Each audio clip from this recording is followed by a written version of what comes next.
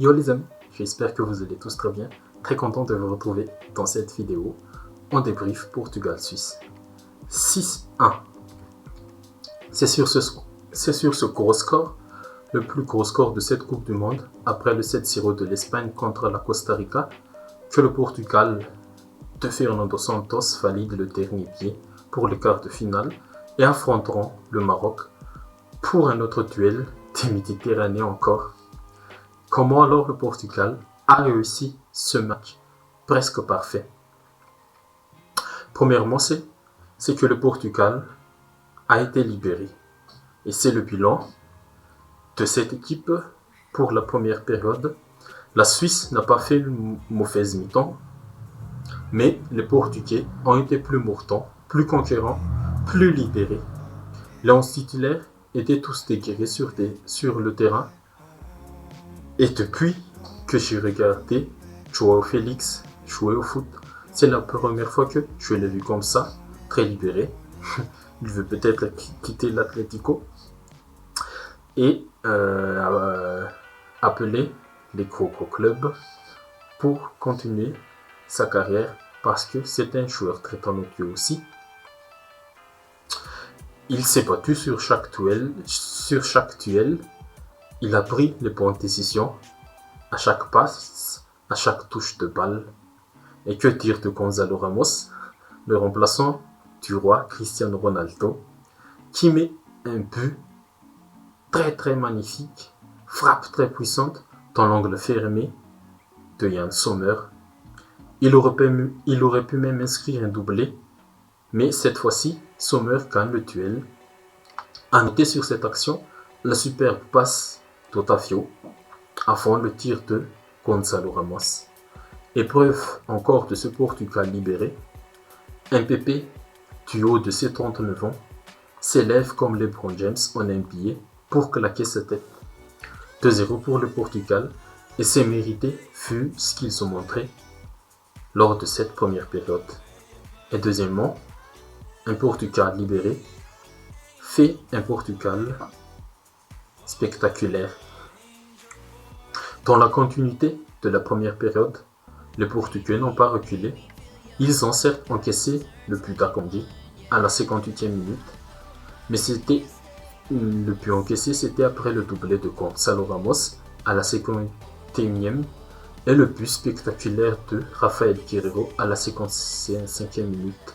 Spectaculaire dans la construction et dans la finition. Les Suisses furent complètement dépassés par les événements et c'est à ce moment encore que Gonzalo Ramos claque son triplé à la 67e. Il termine le game en un match, puis du pied gauche pour son premier but, puis d'un attaquant numéro 9 pour le second, c'est-à-dire appel au premier poteau pour couper le centre de Dalot. Dalot aussi a fait un match très correct sur son côté. Et pour terminer, le gardien suisse Yann Sommer, un petit piqué du droit. Et honnêtement, c'est le meilleur match du Portugal sur cette Coupe du Monde pour l'instant. Et je pense que Fernando Santos continuera dans cette fois. Et du coup, on pourrait revoir Cristiano Ronaldo démarrer sur le banc au prochain match. Mais ce soir, ça a marché et ça a libéré toute une équipe. Mes tops du match, je vais faire un top dans chaque ligne portugaise. En défense, Pepe, match de patron, avec ses 39 ans. Rendez-vous compte, il a 39 ans. Et récompensé d'un but. Au milieu, les trois milieux de ce soir ont bien réussi leur rôle. William Carvalho, en poste à 6 pour couvrir Bernardo Silva, Otavio. Et sa défense, Bernardo Silva, le maître à jouer de cette équipe, et Otavio, le lieutenant de Bernardo sur ce match. Et en attaque, Gonzalo Ramos, bien sûr, pour son triplé. Premier triplé de cette Coupe du Monde 2022, par ailleurs.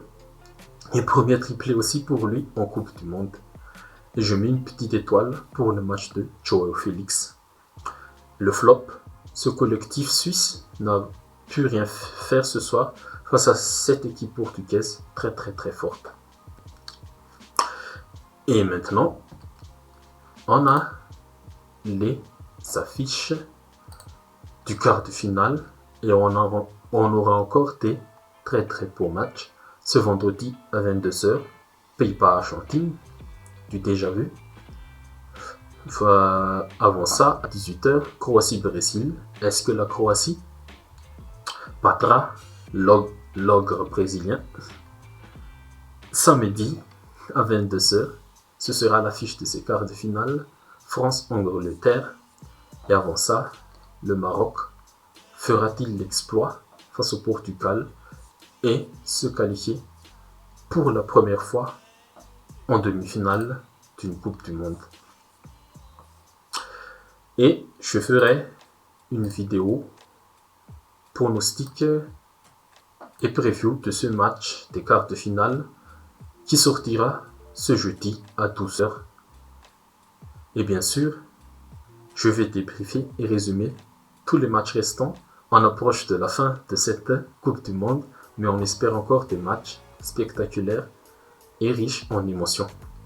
Abonnez-vous si vous ne voulez pas rater tout ça et merci pour votre soutien les amis. À la prochaine.